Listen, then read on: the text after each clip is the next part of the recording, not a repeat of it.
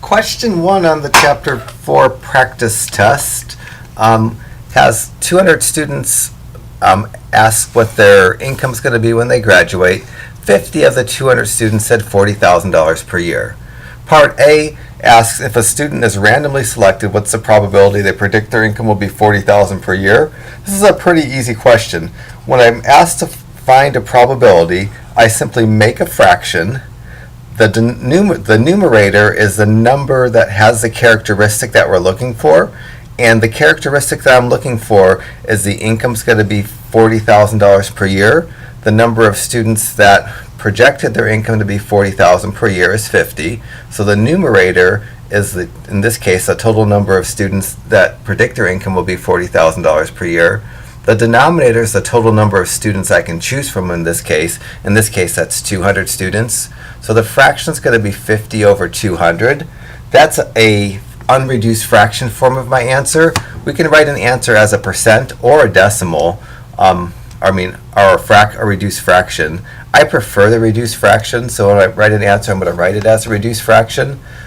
To take 50 over 200 on my calculator and make it into a reduced fraction, first I turn it into a decimal. This 0.25 is equal to 25%. If you wrote 25% for an answer, it would be fine. I'm going to hit math and then enter twice, and I'm going to write 1/4 for my answer. So when I'm going to go to write an answer to this, I'm going to say 1/4, but quite honestly, if you wrote 25%, I'm going to be completely content with that. In fact, the 25%, at least the decimal version of 25%, might make it easier to do Part B. Part B says, assuming that this kind of holds that 50 out of every 200 students, when asked, think their income is going to be $40,000 per year. It says estimate the number of students out of 500 that would expect their income to be $40,000 per year. To do this, I'm just going to take 1/4 of that 500 students, because 1/4 of 200 students had that income expectation. I'm going to assume that 1/4 of 500 students have that income expectation. And there's going to be two ways to do that. I could just take the 1/4 and multiply it by 500, or I could do the percent as a decimal, which is the 0.25 on my calculator, and multiply it by 500. Both of these should give me the same answer. On my calculator, to be safe, if I'm using the fraction, I'll go 1 divided by 4 times 500. If I'm using the decimal, I just go 0.25 times 500, and I get 125. Either way. So the answer out of 500, I'm going to say 125. And maybe I'll put a word next to this to make it a little bit nicer of an answer. So 125 students out of the 500 that are going to be asked would say their income is going to be $40,000 per year.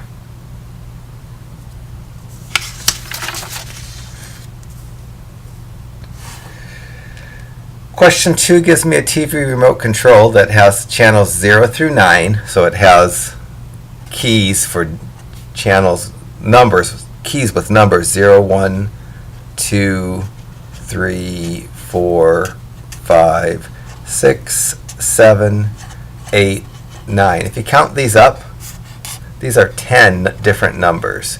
So this remote control has keys for numbers 0 through 9. And now I'm asked, if I select one key at random, what is the probability that we press an even number? And I'm said assume 0 is an even number. To do probability, I'm going to form a fraction. The numerator is going to have the number within the, in this case, the sample space that has the desired characteristic. The desired characteristic is that I get an even number. And if I just randomly select one of the numbers on this remote control, there are 5 even numbers, so the numerator of my fraction is going to be 5.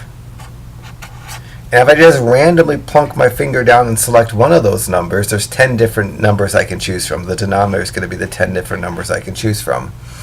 You notice that I said write my answer as a percent for both parts A and part B. So I'm going to just use my calculator to help me through that. I'm going to go 5 divided by 10, and it equals, that's 0.5 as a decimal, and I know to take a decimal to change it into a percent, I just take that decimal and move it twice to the right. And in this case, I'm going to have to add a 0 because the second time I moved it, there wasn't a number there. So I'm going to write 50%.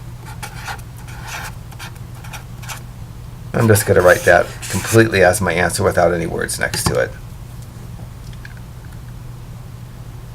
Part B wants what's the probability that I pick an odd number that is also less than 8. So I need to scan these numbers and pick all the odd ones that are less than 8 to figure out the number for my numerator.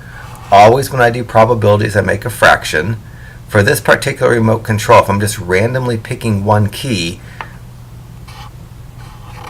out of the 10, the denominator is going to be 10 because there's 10 keys that I could randomly pick.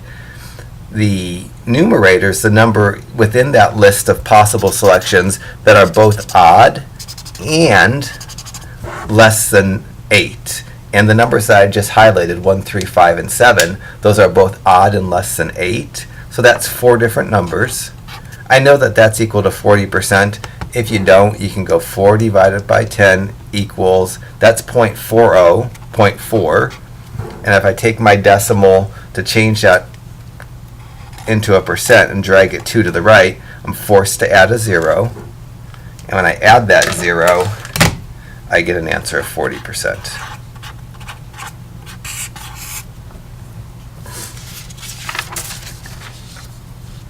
Question 3 says we take all the letters from Tallahassee. We write them on individual slips of paper. So I have 2 L's, 3 A's, 2 S's, 2 E's, 1 T, and 1 H. So I take each one of these letters, write it on a piece of paper. There's 11 letters there, assuming I counted right. Yes. 1, 2, 3, 4, 5, 6. Yes. It's asking me if I just randomly reach into this hat that these individual pieces of paper are put into, what's the probability that I get in? So to do a probability, I'm going to create a fraction. The numerator is going to have the number of items that have the desired characteristic. The denominator is the total number possible. If I put 11 pieces of paper into a hat, I randomly pick one of those, there's 11 different letters I can pick from that was going to form the denominator of each of the probability fractions. For question A, the numerator is going to be 2 because it's asking me what's the probability that I select an S, and there's 2 S's in the word Tallahassee. Don't have to change that into a percent this time because the instructions were to write my answer as a reduced fraction. For question B, it says what's the probability that I get an A or an S? The denominator is still going to be 11. If I reach into a hat that has 11 different slips of paper, I can take any one of those 11 out. And the numerator for this fraction needs to be any of the letters that have the desired characteristic. And I just circled all 5 letters that have the desired characteristics. There's 3 A's and 2 S's. And I'm going to say the probability is going to be 5 and 11. 4 is an odds question, and a lot of times students confuse odds and probability. They're similar, but they're different. To do odds, you have to know if it's an odds against or an odds in favor. In odds, I usually don't make fractions, I write colons. So if I read through this problem, a box has 5 red, 4 blue, and 6 yellow marbles. If I select one at random from the box, determine the odds against selecting a yellow marble. The easiest way to do odds is on either side of a colon, write the characteristic of the marble that you're looking for. For the odds against, to the left of the colon, I want all the marbles that don't have the characteristic, in this case, yellow. And after the colon,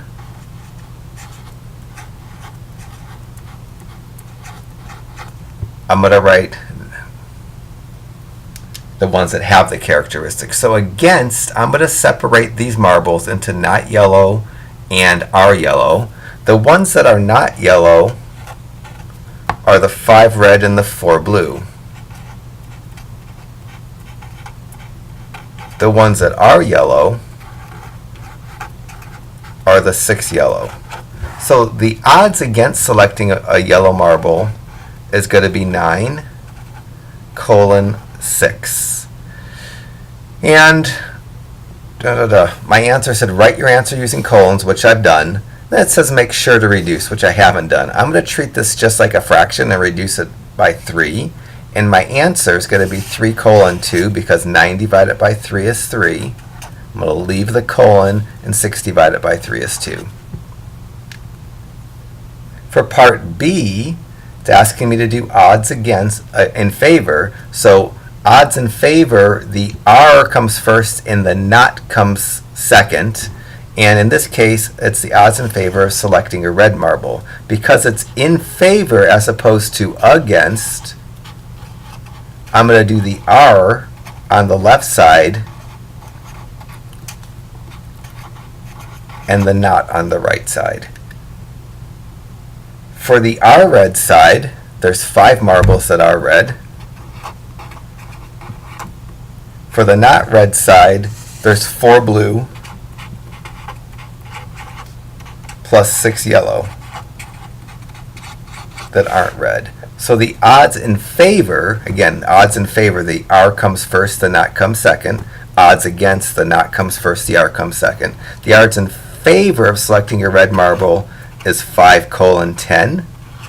The 4 plus 6 is 10, and I'm going to reduce this by 5. 5 divided by 5 is 1. 10 divided by 5 is 2. I just treat this like a fraction in some sense. 5, 6, and 7 want me to do odds against. And in this case, I'm selecting a single card from a deck of cards, and I want to find the odds against getting a red card.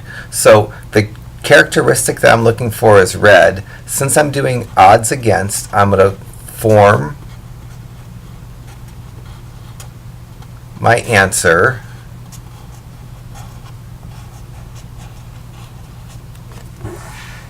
and I'm going to put the number of cards that aren't red and the number of cards that are red on either side of my answer. So for my problem right here, the sample space for cards that I gave you in class, or I'll give you on the test, looks like this. The hearts and the diamonds are red. There's 13 diamonds and 13 hearts. So there's a total of 26 cards that are red. The clubs and the spades are black, and there's 13 of each kind. There's going to be 26 cards that are not red.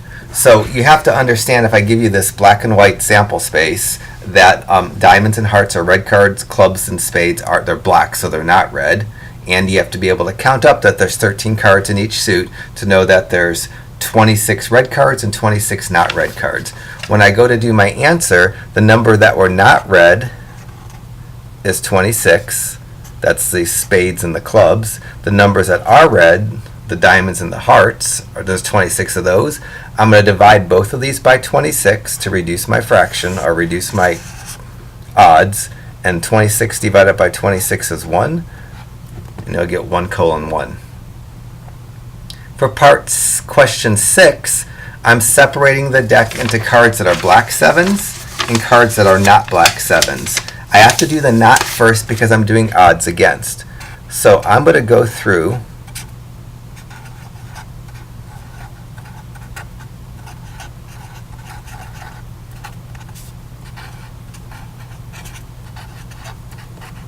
and separate the cards into the 2 categories, are black 7s or aren't black 7s.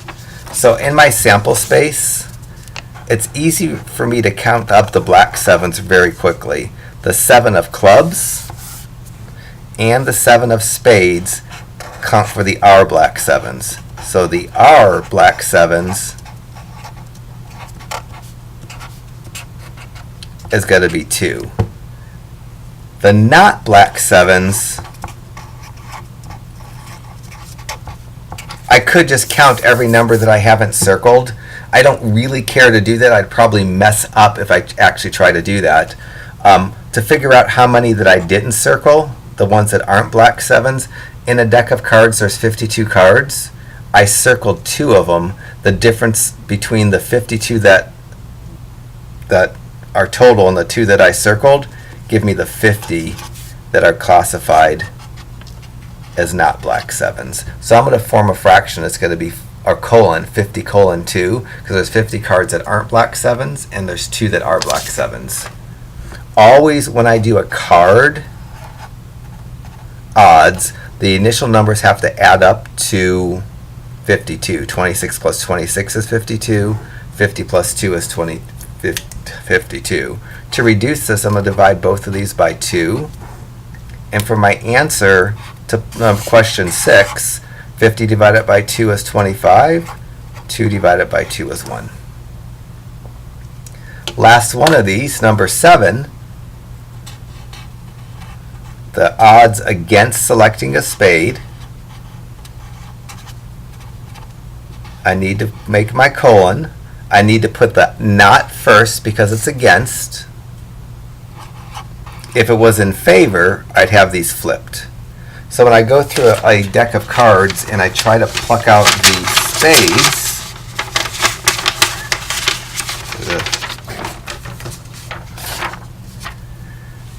if I count it up from my sample space, there's going to be 13 in the sample space that are spades. The rest of these, the clubs, the hearts, and the diamonds, are all not spades. There's 13 clubs, 13 diamonds, and 13 hearts. If I add those up, I'm going to get 39 that are not spades. So the first number I'm going to write is this 39 for the 39 cards in the deck that aren't spades. The second number I'm going to write is 13. So I'm going to start off writing 39 colon 13, and then I'm going to divide each of these numbers by 13. If you can't do it by your head, do it in your calculator. 39 divided by 13 is going to be 3. 13 divided by 13 is going to be 1. So my answer is going to be 3 colon 1.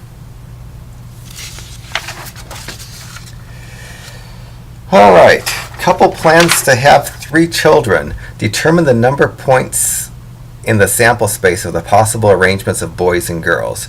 Well, when we did this, we made 3 little dashes separated by time signs. And underneath those dashes, I'm going to write names. The first are the oldest kid, the second are the middle kid, and the third are the youngest kid. And the first child can be a boy or a girl, so there's 2 possible choices for the first child. The second can also be boy or a girl. The third can be boy or a girl. If I multiply those 3 numbers together, 2 times 2 times 2 is 8. When I go to create the sample space here in a second, there's going to be 8 items in the sample space. Now let me make that sample space. I start off by making a less than sign, and it's going to represent the first kid. And the first kid can be a boy or it can be a girl. And then from each one of these, I'm going to make another less than sign to represent the second kid. And similarly, the second kid can be a boy or a girl. And then from each one of those, I'm going to make kind of less than signs for the third kid. And the third kid can be a boy or a girl.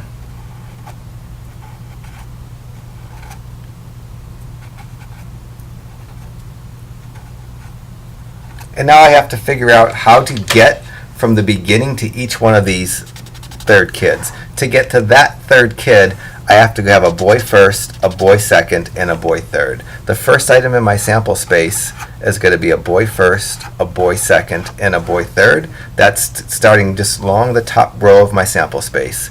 I've gotten to that B, I'm done with it. Now I have to describe how to get to that G. To get to that G, that would have a boy as the first kid, a boy as the second kid, and a girl as the third kid.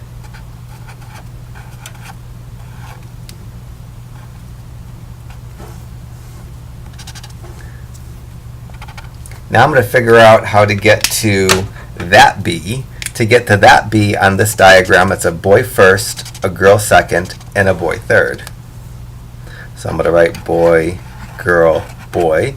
Done with that B, now I describe how to get to that G. To get to that G, it's boy first, girl second, girl third. I've gotten to that G, and now I'm going to go along the bottom here. I'll do these in a different color, and figure out how to get to this B. And to get to this B, it's girl first, boy second. Got to that B, now we figure out how to get to that G. It's girl first, boy second, girl third. Got to that. Now figure out how to get to that B. That's girl first, girl second, boy for the third.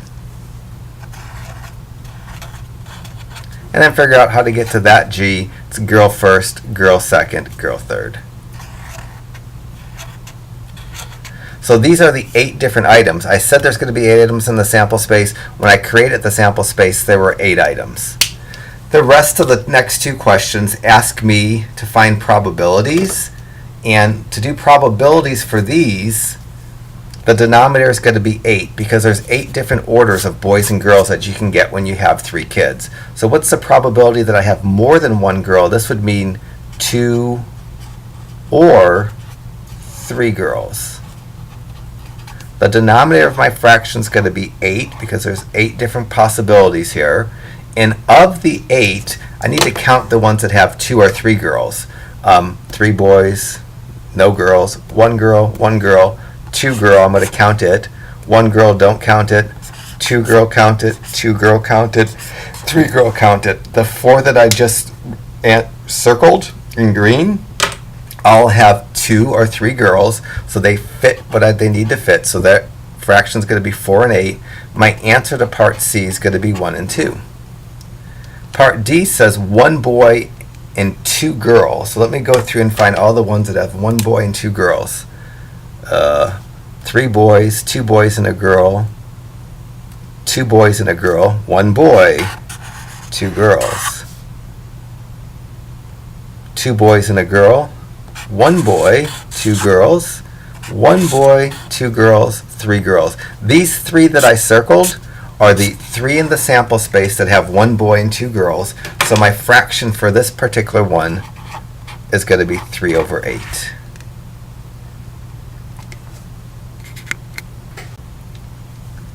Nine is the easier version. Constructing the sample space for the boys and the girls is equivalent to constructing the sample space for the heads and the tails. The thing that makes me say 9 is easier because a coin is being tossed 2 times, a sequence of heads and tails is being recorded. The fact that I'm only flipping a coin 2 times makes the sample space smaller, makes it an easier question. Part A says determine the number of points in the sample space. I'm going to do something that's real similar. I'm going to have the first time the coin is flipped, I could get a tail or a head. And the second time the coin is flipped, I can get a tail or a head. I didn't really do this right, did I? Oh well. Let me backtrack here in a second. I got a little excited. I'm not really doing the answer to question A. Question A says determine the number of points in the sample space. I was supposed to do something like this for question A. I can say the first flip and the second flip. The first flip can come up heads or tail. There's 2 possibilities for it. The second flip can come up heads or tail. There's 2 possibilities for it. The number of elements in my sample space is going to be 4 because 2 times 2 is 4. It's a lot easier and a lot smaller sample space when you only flip a coin twice or only have 2 kids as opposed to 3. Now getting on to do part B. Part B, I need this. To construct a tree diagram, which was what that is, and list the sample space. To get to that head right there, that's just head, head. To get to this tail right here, that's just head, tail. This path right here will take me to tail, head. And this path right here will take me to tail, tail. So here's the 4 elements that the sample space told me I needed, that problem A told me I needed to have. These need to match up. If there's going to be 4 elements in your sample space has to have 4 elements. If there's supposed to be 8 elements in the sample space, your sample space needs to have 8 elements. Part C says, what's the probability that exactly 1 head is tossed? I know the denominator is going to be 4 because there's 4 elements in the sample space. In the numerator, the ones that have exactly 1 head are those 2. The first one has 2 heads, which isn't exactly 1 head. The bottom corner one has no heads, which isn't exactly 1 head. So the fraction is going to be 2 and 4, and that's going to reduce to 1 and 2.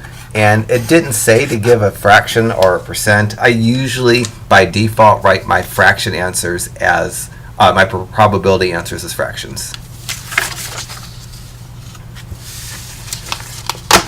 So, problem 10 and 11 have me roll a single dice. And if I roll a 6-sided dice, I'm assuming, what can happen is I could get a 1, 2, 3, 4, 5, or 6. And now it's asking me to find the probability that I either get an odd number or a number greater than 6. The way that I did this in the videos, to do an OR probability, we formed 3 fractions, and let me just jump into it. The first characteristic that I'm okay with is an odd number. So I'm going to find the probability that I get an odd, and the probability that you get an odd is going to be 3 and 6.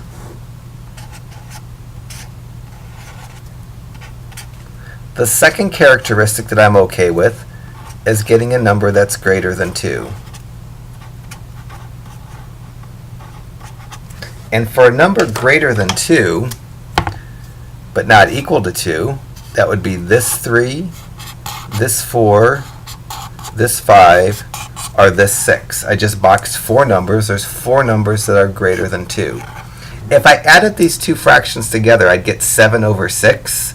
That's not good because probabilities can't go over 6 over 6, can't be more than 1. So I have to subtract any number that's both odd and greater than 2. And the ones that are both odd and greater than 2 are that 3 and that 5. I'm going to subtract 2 and 6 because 2 of the 6 numbers are both odd and greater than 2. Now I'm just going to go 3 plus 4 minus 2 over 6. That's going to give me my answer to question 10 of 5 over 6. For number 11, when I roll a dice one time, I can get any number between 1 and 6. The first characteristic I want is a number less than 3. So let me figure out all the ones that are less than but not equal to 3. There's 2 numbers that are less than 3. Second fraction is going to be for the even numbers. There's 3 numbers that are even. And then the last fraction is for the ones that are both less than 3 and even. And the only number that's both less than 3 and even is this 2 because I circled it twice. All the other numbers didn't fit both categories. I'm going to subtract a fraction that has 1 and 6. And now I'm going to go 2 plus 3 minus 1 over 6. That comes out to 4 over 6. And my answer for number 11 is going to be 2 and 3. 12 through 14, which is the end of this part of the review, has me do the same thing with cards. I'm picking one card from a deck of cards. I want to find the following probabilities. To do OR probabilities, I'm going to form 3 fractions. The first fraction in number 12 is going to be the probability of getting a queen. The second fraction, our second probability I'm going to form, is the probability of getting a red card. And then I'm going to subtract the probability of getting any card that's both red and a queen. Each one of these fractions is going to have a 52 in the denominator because a deck of cards only has 52 cards. So when I go to do each one of these fractions, I just look at my sample space. The first thing I need to do is pick out the number of queens. And in a deck of cards, there's a queen of clubs, a queen of diamonds, a queen of hearts, and a queen of spades. So the first numerator is going to be 4 for the 4 queens. The second fraction, I'm picking out all the red cards. The red cards are all the diamonds. There's 13 of them. And all the hearts. And there's 13 of them. So there's 13 diamonds and 13 hearts. There's 26 total red cards. So for the second fraction, the number of red cards in my deck of cards is 26. And now that I have a nice sample space all marked up, I can see that there were 2 different cards that fit both criteria. The queen of diamonds and the queen of hearts are both reds and they're queens. The third fraction I'm going to write down is 2 over 52 for the 2 cards in my deck that are red queens. And now I'm going to find my answer by working on these fractions. It's just going to be 4 plus 26 minus 2 over 52. That's going to be 28 over 52. I'm feeling like I don't want to reduce that by hand, but it reduces by 4. I could just go 28 divided by 52, math, enter, enter. And my answer to this one is going to be 7 and 13. So this is for number 12. To do number 13, I'm trying to find the probability that I get a club or a 6. So first I'm going to find the probability of getting a club. Then I'm going to do the probability of getting a 6. And then subtract any cards, or the probability of getting a card as both a club and a 6. So in my sample space for the clubs, the first fraction is going to be 13 over 52 because in my deck of 52 cards there's 13 clubs. For my second fraction, the probability of getting a 6 is going to be 4 in 52 because there's 4 6s in my deck of cards. And the last fraction for getting something that's both a club and a 6, there's 1 card in my deck that's both a club and a 6, so I'm going to subtract 1 in 52 for the 1 card that has both criteria. To get my answer now, it's just going to be 13 plus 4 minus 1 over 52. That's going to come out to be 16 over 52. I think that's 4 and 13, but let me do it on my calculator so I don't mess up. So 16 divided by 52, math, enter, enter. 4 and 13 is going to be my answer to number 13.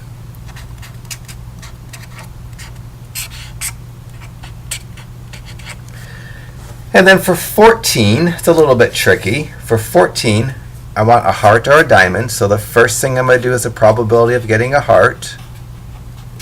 Then I'm going to find the probability of getting a diamond. And then the tricky part,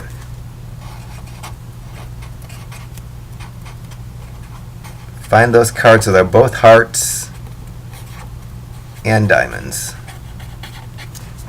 So, first fraction is going to have a 13 in the numerator because there's 13 hearts. If I counted each one of these up, I'd get 13 cards, but I don't care to count them up. I already know that already. The second fraction is going to be for my diamonds, and a deck of cards has 13 diamonds, so the second fraction is going to have a 13 over 52 as well.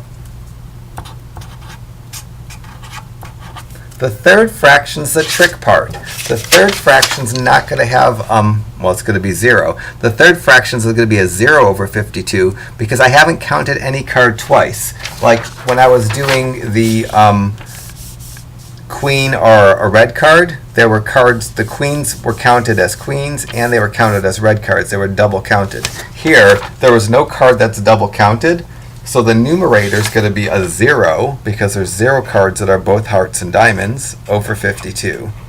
To get my answer to this, I'm just going to go 13 plus 13 minus 0 over 52. That's going to be 26 and 52. That's one fraction I can safely reduce without breaking out my calculator. The answer to number 14 is going to be 1/2.